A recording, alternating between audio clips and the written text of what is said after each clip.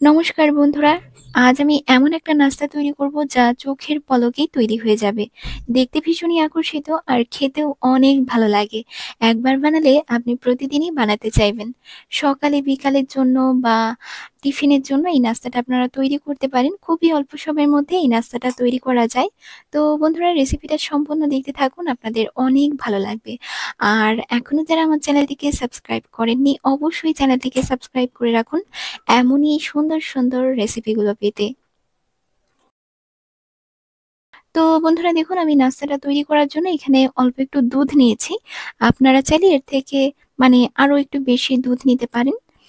আর দুধটা আমি খুব ভালো করে জাল করে নিয়েছি আগে থেকে। আর দুধটা জাল করতে করতে বাটির গায়ে অনেকটা চাছা তৈরি হয়ে গেছে, সেটা আমি চামচ দিয়ে এই যে দেখুন এরকম ভাবে তুলে নিলাম। এটা খেতে অনেক ভালো লাগে। তো যাই হোক, দেখুন আমি এরপর দুধের মধ্যে দিয়ে দিলাম অল্প একটুখানি ধনিয়া পাতা কুচি। এখন নিয়ে নিলাম অল্প একটুখানি চিনি, অল্প একটুখানি লবণ নিয়ে নিলাম, লবণটা অল্পই নেবেন। এরপর আমি এর মধ্যে দিয়ে দিচ্ছি দুটো ডিম। তো বন্ধুরা, দুটো ডিম নিয়ে নিয়েছি। এখন আমি এটাকে খুব ভালো মতো মিশিয়ে নেব।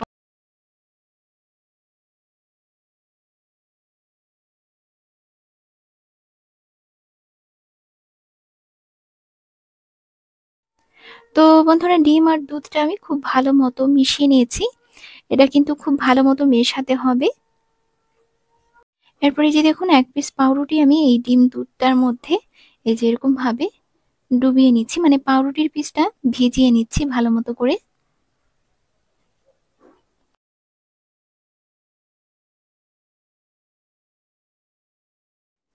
এই যে দেখুন বন্ধুরা, আমি পাউরুটিটা ভালো মতো ভিজিয়ে নিয়েছি। এভাবেই একটা একটা করে পাউরুটির পিস আমি এই ডিম দুধের মধ্যে ভিজিয়ে নেব ভালো মতো করে।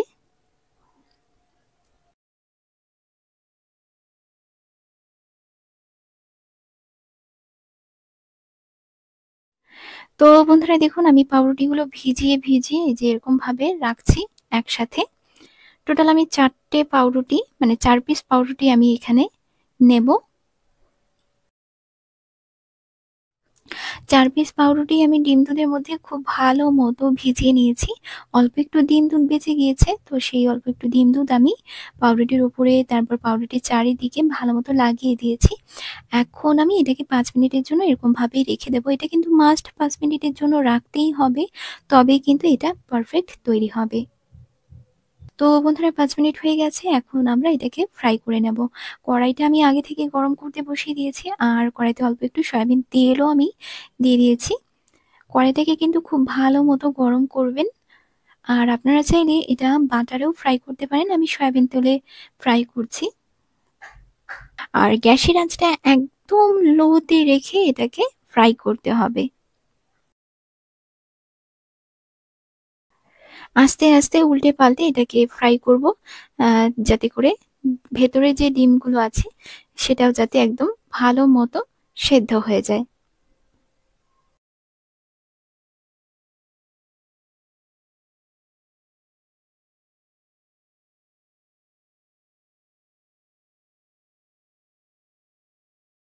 কিছুক্ষণ পর পরই এটাকে উল্টে পাল্টে দিতে হবে। দেখুন আমি এটাকে এরকম ভাবে ঘুরিয়ে ঘুরিয়ে ফ্রাই করছি।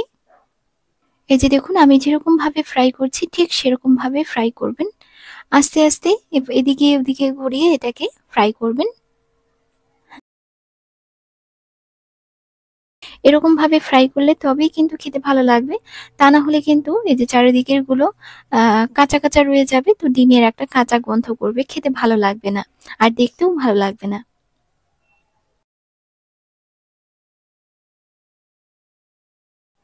এটা কিন্তু এখনো ফ্রাই হয়নি, এটাকে আমি আরো একটু কিছুক্ষণ ফ্রাই করব। আর একটু কিছুক্ষণ পর পরই এটা উল্টে পাল্টে ফ্রাই করতে হবে, যাতে করে এক সাইডটা বেশি পুড়ে না যায়। তার জন্য কিন্তু কিছুক্ষণ পর পরই এটা উল্টাতে পাল্টাতে হবে।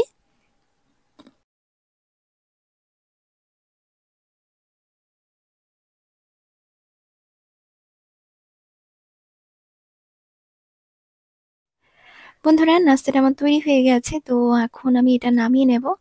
আর দেখুন কত সুন্দর লাগছে দেখতে, ভীষণ সুন্দর লাগছে দেখতে। তো বন্ধুরা এখন আমি এর উপর দিয়ে অল্প একটুখানি গুঁড়ো চিনি ছড়িয়ে দেব। তাহলে দেখতে অনেক সুন্দর লাগে আর খেতেও অনেক ভালো লাগে গুঁড়ো চিনিটা দিলে।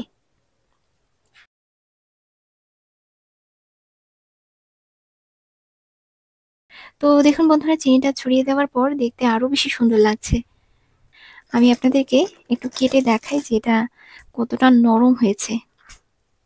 দেখুন কত সুন্দর নরম তুলতুলে হয়েছে। বাচ্চা বয়স্ক প্রত্যেকেই এই নাস্তাটা খেতে খুবই পছন্দ করবে। অবশ্যই বাড়িতে একদিন ট্রাই করবেন আর আমাকে কমেন্ট করে জানাবেন যে নাস্তাটা আপনাদের কাছে কেমন লাগলো।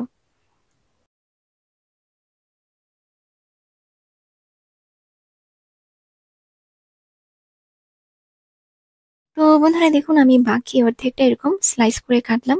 বেশ সুন্দর লাগছে দেখতে, ভীষণ সুন্দর লাগছে। আর খেতে তো অসাধারণ হয়েছে। অবশ্যই বাড়িতে ট্রাই করবেন। আর রেসিপি কেমন লাগলো অবশ্যই কমেন্ট করে জানাবেন। ভালো লাগলে লাইক শেয়ার সাবস্ক্রাইব করতে ভুলবেন না। তো বন্ধুরা আজ এই পর্যন্তই। ভালো থাকবেন সবাই। নমস্কার।